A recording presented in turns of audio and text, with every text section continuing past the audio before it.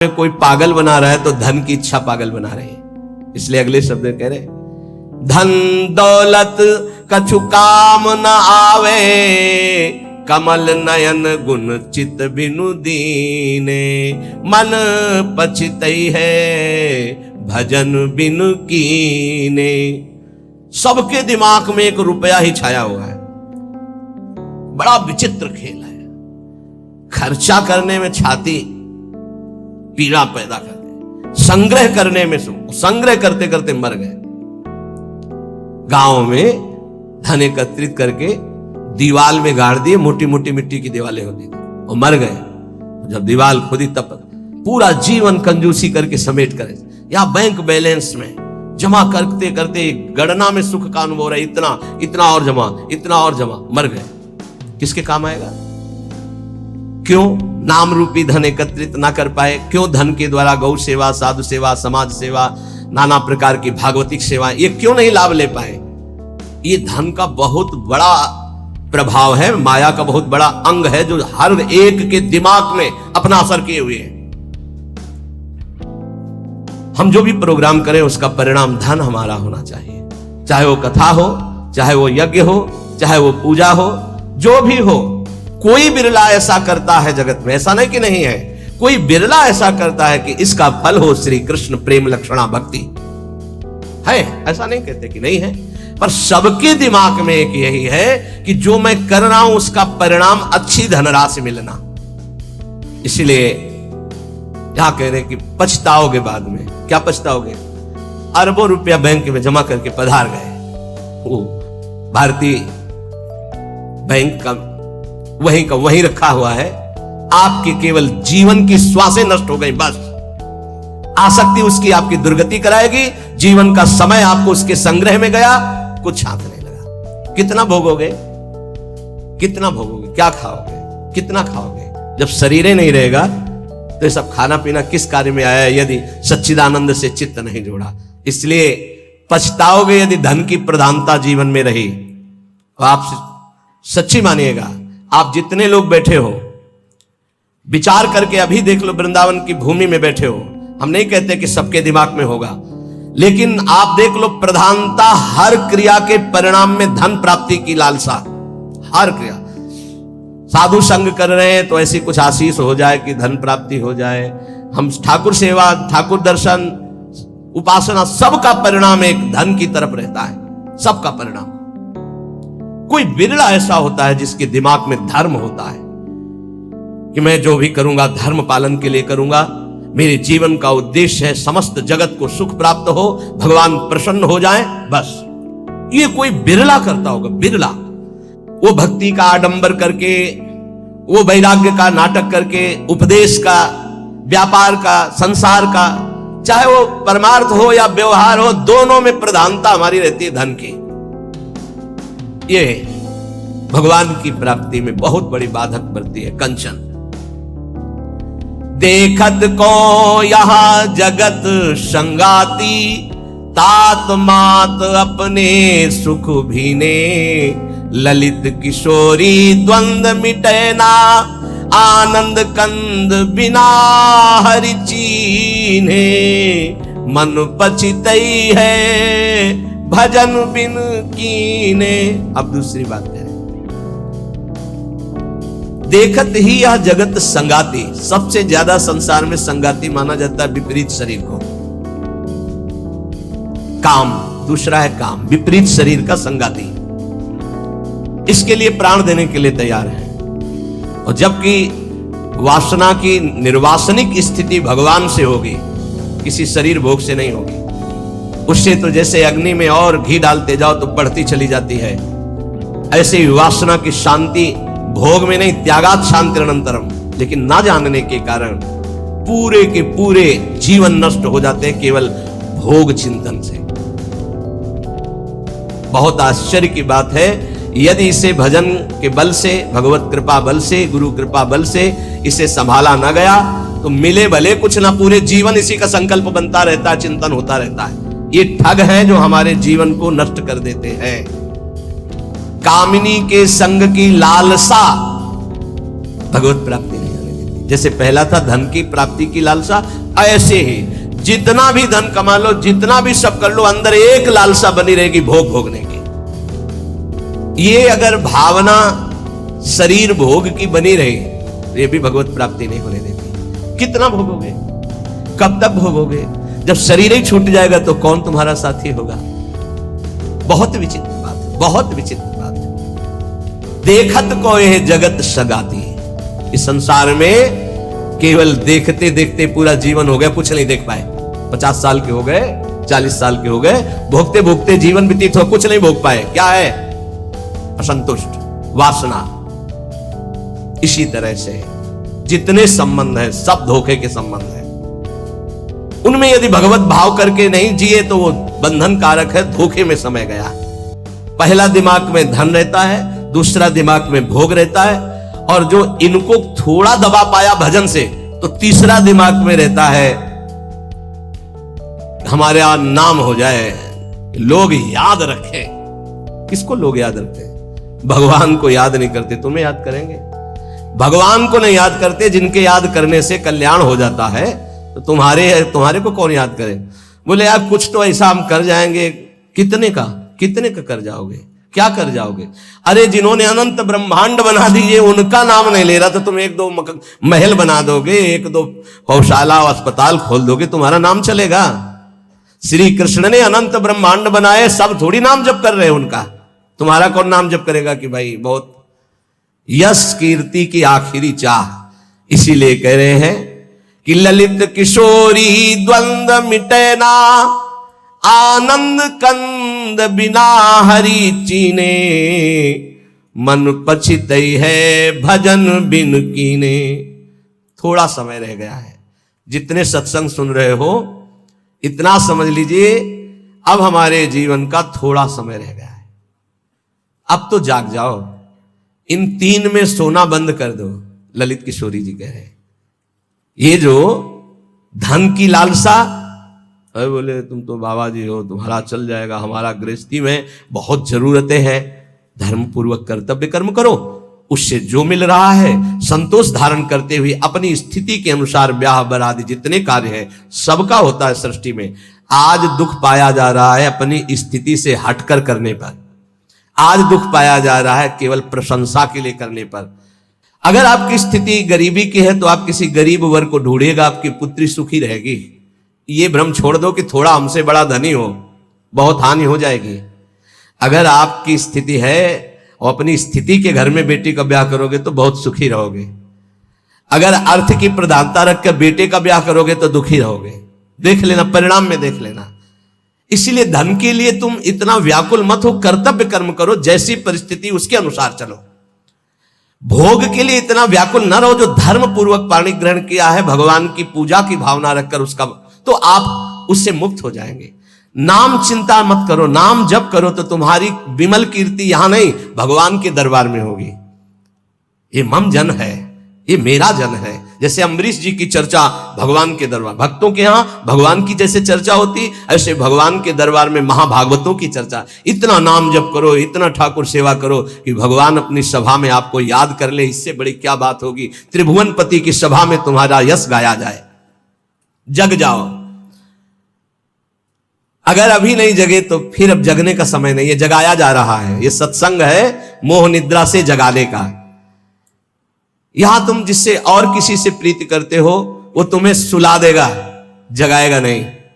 मोह भरे वचन बोल करके, मोह भरे कपट भरे वचनों को सुनने में बहुत अच्छा लगता है, लेकिन जब अध्यात्म और सत्य के वचन तो ऐसे लगते हैं बहुत कड़वे। मुंह मीठा भीतर कपट, पर्दा रहे है बास।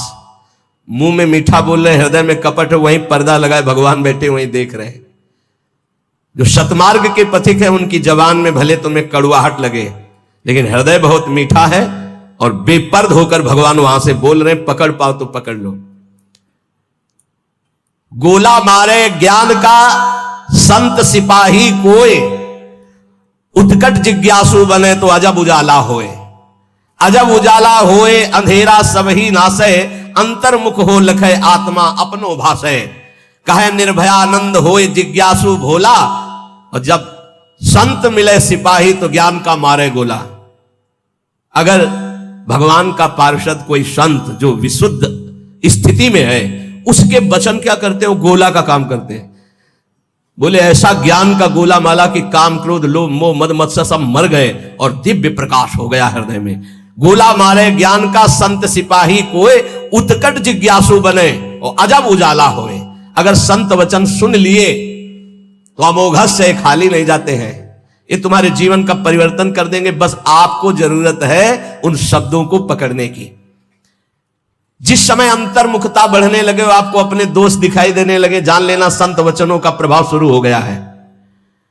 अंतर्मुख हुए लखे, अपने दोष दिखाई देने लगे, मेरे में ये कमी, मेरे में ये कमी, हे भगवान ये मेरी कमियां कैसे दूर होंगी? तो जान लो अब संत संग का प्रभाव आपके ऊपर पड़ रहा है। आत्मा अपनो भाषे, अपने आप से अपने स्वरूप का बोध प्रारंभ हो जाता है जब किसी सच्चे संत का संग मिलता है। पाता है निज आत्मा विषयन सो मन रोक, काम क्रोध के वेग की जो सही जावे झोंक। संत संगी वही है जो काम क्रोध के वेग को सह जाए। काम आया सह गया, क्रोध आया सह गया। हमें देखते हैं कि काम क्रोध को सहने की तो वृत्ति साधक में है, लेकिन ईर्ष्या को सहने की शक्ति नहीं है।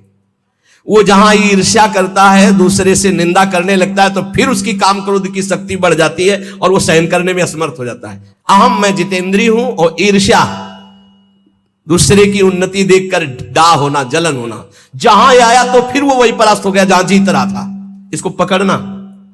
गुरु कृपा से काम और क्रोध पर विजय प्राप्त करने की योग्यता साधक में आ जाती। बहुत शीतल हृदय होने लगता है, लगता है क्या कुछ नहीं। और जहां उसके अंदर ये अहम आया और दूसरों को देखकर जलन होने लगी, अपने में अहम आने लगा, वहीं उसकी सामर्थ्य घट गई और वो उसी विषय के लिए रोने लगा। काम क्रोध आदि उसको परास्त करने लगे।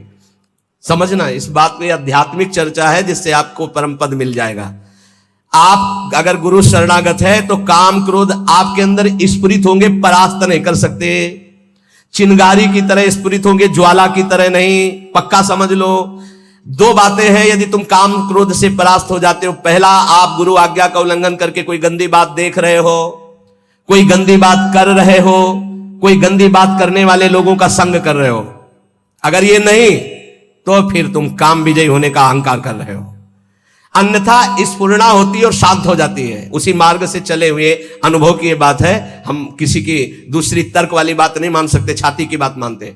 ऐसे स्फुरण होता है और शांत हो जाता है, क्योंकि उसके लिए कोई चारा नहीं है। धीरे धीरे स्फुरण भी बहुत कम होने लगता है। पर जहां देखा गया अपने में अहंकार आया कि मैं जितेंद्री, और जहां दूसरे की उन्नति से डाह, तो फिर वही उसको परास्त कर देते हैं। चिंगारी को ज्वाला बनने में देर नहीं लगती। वो चिंगारी तब शांत होती है जब भगवत साक्षात्कार हो जाता है, सूक्ष्म रूप से विकार रहते हैं। पता है निज आत्मा विषयन सो मन रोक। जब संत वचन रूपी प्रकाश आपके हृदय में हुआ, तो ये जब पता हो गया कि तुम देह नहीं हो, भले अनुभव नहीं हुआ, तो अपने मन को विषय में जाने से रोको। बोले काम क्रोध के वेग की जो सही जावे झोंक। इनका झोंका आता है हवा का, जैसे झोंका। हवा का झोंका आवे, तूफान आवे, किसी पहाड़ का आश्रय ले लो, बच गया। छोटी मोटी पेड़ आदि का आश्रय मत लेना, नहीं टूट के गिर जाएंगे आपके ऊपर, वही मार देंगे। क्या करना है? पहाड़ का आश्रय। पहाड़ कौन है? भगवान के प्रेमी महाभागवत जनों के वचन, या भगवान नाम, या भगवत लीला गुण कीर्तन। जहां कामादि दोष आवे मजीरा उठाओ, राधा राधा राधा एक मत सुनो मन की, देख लो अभी साफ हो जाएगा गंदगी जो आई थी। या कोई संत के उपदेश सुनने लगो, या भगवान की लीला गायन करने लगो। प्रियालाल के चले जोई जोई प्यारो करे शुरू करो, और आज वह देखियो तो प्यारी, चले जाओ वहां तक 84 पदों का गायन पक्का। जब तुम्हें काम सतावे, चतुरासी जी का गायन शुरू कर देना, गायन। और अगर ना चला जाए तो हमसे बताना, निज अनुभव की बातें हैं। चतुरासी जी का फल ही है भवजल निधि को नाव, काम पावक को पानी। तो जो सही जावे झोंक, ये आंधी आती, जाएंगे टिकेंगे नहीं। आगमा पाइनो अनित्यास्तास्तितिक्षस्व भारत। जो सही जावे झोंक, यार विक्षेप हटावे, निद्रा और आहार जुक्ति सो धीरे से घटावे। समझिए, काम क्रोध की झोंक आई तो कह रहे यार इस सह जाओ, भारी विक्षेप है, थोड़ी देर के लिए है, विचलित मत होना। विचलित वही होगा जो काम की खुराक रखे हुए है। खुराक क्या है? मोबाइल खोला, गंदी बात देख ली, या कोई अपने हाथ से गंदी क्रिया कर ली, या गंदे जनों का संग कर लिया। इससे क्या होगा? आप झोंक नहीं सह पाएंगे विकार के। कह रहे हैं जो सही जावे झोंक यार विक्षेप हटावे। प्रभु के दर्शन में यही बाधा है, नहीं तो खुले टहल रहे हैं। वृंदावन है, यहां खुले प्रभु टहल रहे हैं, बस दृष्टि चाहिए। यार का तात्पर्य बहुत प्रेम भरा शब्द है। मित्र एक बार सह जाए इसकी झोंक को, आगे निकल जाएगा। जो सही जावे झोंक यार विक्षेप हटावे। तो विक्षेप कैसे हटेगा? बोले निद्रा और आहार जुक्ति सो कछु धीरे से घटावे। बस कल भी चर्चा हुई थी निद्रा और आहार को कम करने की, पलटू स्वामी की। इन निर्भयानंद जी बड़े सिद्ध महापुरुष ब्रह्मानंद में डूबे हुई, इन दो पर असर साधक अपना दिखा दे। ये दो सबके ऊपर असर दिखाए, पूरा जीवन व्यतीत हो जाता है। खाना और सोना, अच्छा भोजन और खूब चक सोने को मिले। कह रहे कि अगर परमार्थ का लाभ लेना है तो साधक दो पर अधिकार करे, नींद और भोजन। फिर बार बार कहते हैं अभ्यास अभ्यास। नींद और भोजन ये दो, निद्रा और आहार। फिर तीसरे पर विजय जो मैथुन, फिर चौथा जो भय। ये चार ऐसे दोष है पूरी सृष्टि को अपने अधीन किए हैं। निद्रा, भय, आहार, मैथुन, ये सब के सम जग उपजाए, सब इसी में फंसे हुए हैं। ऐ साधक इन चारों पर विजय प्राप्त करनी। निद्रा तब जब आहार पर आप संयम करेंगे। बहुत बार आहार पे चर्चा होती, भाई आहार को संभाल लो, इसको बढ़ाते चले जाओ, एक एक कवल बढ़ता चला जाएगा। इसको घटाते चले जाओ, घटता चला। 400 ग्राम में पूरे 24 घंटे शरीर का सम्यक मेहनत करते हुए पोषण हो जाएगा 400 ग्राम में। यहां यही है कि अगर आप भगवत मार्ग में चलना चाहते हो तो आहार पर संयम करो, तो नींद पर संयम हो जाएगा। आहार पर संयम करो, पर इतना भी संयम न करो कि सीढ़ी चढ़ने उतरने लायक न रहो। उचित आहार लो जितना आपको नींद ना सतावे। ये बहुत बड़ी सिद्धि है। अगर आप निद्रा और भोजन पर शासन नहीं किए तो काम और क्रोध पर शासन नहीं कर पाओगे, पक्का। ये चार चीजें साधु के जीवन में बिल्कुल शासन में होती। निद्रा, भय, आहार, मैथुन। भय नहीं होता साधु को। साधु का मतलब होता भगवत मार्ग के पथिक, चाहे गृहस्थ हो चाहे विरक्त हो। और नींद पर बहुत शासन होता है, और आहार पर बिल्कुल विजयी होता है वो। और वो मिथुन धर्म का त्यागी होता है, चाहे गृहस्थ हो चाहे विरक्त हो। अरे ऐसे ऐसे गृहस्थ हैं अपने ही पास है कि हम उनकी चरण वंदना करते हैं। वृंदावन में शपथ पूर्वक पति पत्नी कसम खाकर ब्रह्मचर्य से रह रहे हैं। सच्ची कहते हैं, हृदय से साधु बनने पर भी पूरे जीवन डर रहा है इसी बात का। और वो पति पत्नी एक जगह रह करके संयम से हैं, हम उनकी चरण वंदना करते हैं, चरण वंदना करते हैं। कोई भी जगत का महात्मा इस बात से डरता है कि संयोग ना हो। वो संयोग में पड़े हैं, एक ही घर में रहते हैं, ज्यादा जगह नहीं तो हो सकता है कोई एक ही आसन में रहते हो, लेकिन बलिहारी कसम पूर्वक ब्रह्मचर्य। और यही नहीं, बाहर भी रहते हुए ऐसे शिष्य है, तब ये लगता है कि भगवान की कृपा अमोघ है, क्या नहीं कर सकती। और आप लोग तो बैरागी हैं। निद्रा और आहार जुक्ति सो धीरे सो कछु घटावे। धीरे धीरे घटाना चाहिए। नींद और आहार, देखो संतों ने कहा है, निद्रा और आहार जुक्ति सो कछु घटावे। कहे निर्भयानंद झूठे जाने सब नाता, विषय सो मन रोक आत्मा निज का पाता। जब समस्त विषयों पर विजय प्राप्त कर लेता है तो आत्मानंद का उसे अनुभव स्वयं होने लगता है। अष्ट सिद्धि नौ निधि हमारी मुट्ठी में हरदम रहते। हे नाम जापक, ए संसारिक लाभ की तो बात जाने दो। अष्ट सिद्धि नौ निधि हमारी मुट्ठी में हरदम रहती, नहीं जवाहर सोना चांदी त्रिभुवन की संपत्ति चाहती। भावे ना दुनिया की बातें दिलवर की चर्चा सहती, ललित किशोरी पार लगावे माया की ये सरिता बहती। राधा राधा राधा, सब सिद्धियां सब लाभ आपको प्राप्त है। जो नाम जापक अपने कर्तव्य को भगवान में समर्पित करता है वो कैसा सिद्ध महापुरुष हो जाता है। जगत गुरु भगवान श्री कृष्णचंद्र जी गीता जी में महापुरुष की स्थिति का वर्णन करते हैं। त्यक्त्वा कर्म फला संगम, बहुत दिनों के बाद है। त्यक्त्वा कर्म फला संगम नित्य तृप्तो निराश्रयः, कर्मण्यभिप्रवृत्तोपि नैव किंचित करोति सः। इसीलिए बीच बीच में रुक जाता है कि बहुत स्थिति का ऊंचा वर्णन यहां है और उसके लिए कुछ साधना चाहिए। जब तक अच्छी साधना नहीं होगी तो सिद्धावस्था को समझ पाना बड़ा कठिन होता है। और ये भगवान की वाणी ऐसे अर्थ पढ़ लेना तो अलग बात है, उसको समझना। त्यक्त्वा कर्म फलासंगम नित्य तृप्तो निराश्रया। देखो पहले एक एक शब्द में डूबा जाता है। शास्त्रों का मनन कैसे होता है? निराश्रया, किसी का भी आश्रय न हो। सिद्ध पुरुष कैसा होता है? निराश्रित होता है, एकमात्र अपने स्वरूप में स्थित या भगवान में स्थित, सब अन्य आश्रय रहते। और यहां एकमात्र भगवान ही का आश्रय नहीं और सब आश्रय है। देख लो अंदर से। सिद्ध पुरुष कहता होता है नित्य तृप्तो, कभी कोई चाह ही नहीं होती, जैसे गले तक छका हो फिर उसको कुछ भी नहीं। नित्य तृप्तो, त्यक्त्वा कर्म फलासंगम, किसी भी कर्म की कोई भी फल की आशा नहीं रहती। कर्मण्य भी प्रवत्तोपि नयु किंचित करोतिशा, अच्छी तरह कर्म करता हुआ भी वो किसी कर्म का कुछ फल नहीं चाहता। स्वाभाविक केवल भगवत प्रेरणा से कर्म हो रहे हैं, उनके कोई फल की इच्छा नहीं, क्योंकि जो सब कर्मों का परम फल है वो भगवान का साक्षात्कार उनको प्राप्त हो गया है। ये सिद्ध पुरुष के लिए श्लोक गाया गया है। जो कर्म और कर्म फल की आसक्ति का त्याग करके सब आश्रयों से रहित सदा तृप्त रहता है, फिर भी वो अच्छी तरह शास्त्राज्ञा के अनुसार कर्म करता है, पर किसी भी कर्म फल की कोई आकांक्षा नहीं है, वो सिद्ध हुआ पुरुष कहा जाता है। श्री भगवान कह रहे हैं। लेकिन यहां उल्टा है। अगर हम कोई भी कर्म करेंगे तो पहले हमारा जो सोच होगी वो उसके फल पे होगी। ये सोच नहीं होगी कि हमारा धर्म है इसका पालन करना। कोई भी कर्म बिना फल की आकांक्षा के आप शुरू ही नहीं कर सकते। सोचो, सोचना जरा। कोई भी कर्म करेंगे तो इसका फल क्या होगा, ये हम साधक के लिए कह रहे हैं। जो विषयी है वो नहीं सोचते, जो सिद्ध है वो नहीं सोचते। दोनों बात समझना।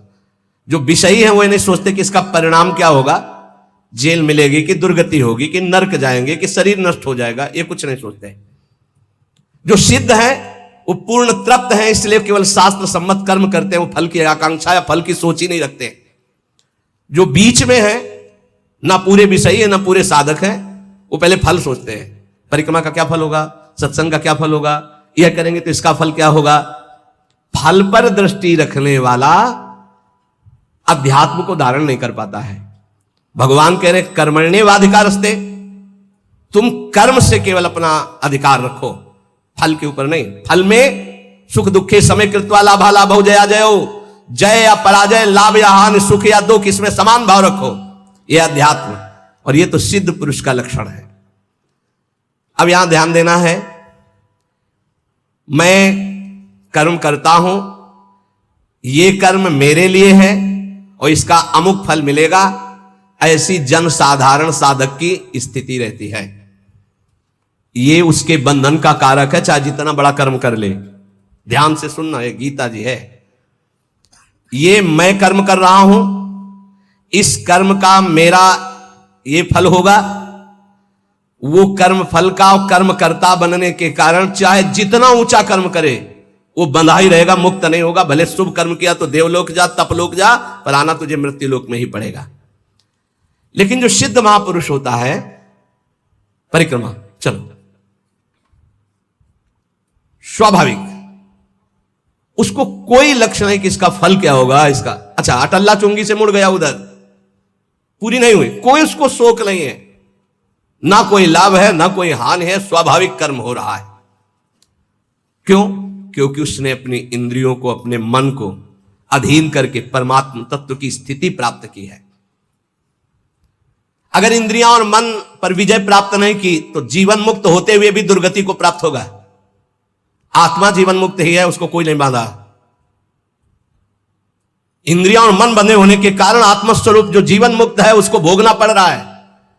बहुत ध्यान देने का विषय है। आत्मा को शुद्ध करने की जरूरत नहीं, परम शुद्ध है। आत्मा को मुक्त करने की जरूरत नहीं, परम मुक्त है। तो बंधा कौन है? इंद्रियों और मन में तुम्हारी तन्मयता, इंद्रियां मन विषय भोगों में। जैसे राजा तभी विजयी माना जाएगा जब सेना विजयी होगी, और सेना हार गई तो राजा हार गया, सेना जीत गई तो राजा जीत गया। ऐसे ही इंद्रियां मन हार गए विषय में तो तुम हार गए, तुम्हारी दुर्गति होगी। और इंद्रिय विजेता मन विजेता हो गए तो तुम जीवन मुक्त हो गए, क्योंकि जीवन मुक्त थे, जीवन मुक्त हो, जीवन मुक्त रहोगे। पूरी साधना इंद्रिय और मन की आ गई है। इंद्रिय और मन को भोगों से हटाकर प्रभु में स्थित करना तो विजयी। अगर इंद्रिय मन भोगों में लग गए तो आवागमन से मुक्त नहीं होगे। लेकिन सिद्ध पुरुष की इंद्रियां और मन ये अपने आप शांत होते हैं, क्योंकि वो त्यक्त्वा कर्म फला संगम, ना कर्म में आसक्त है और ना फल में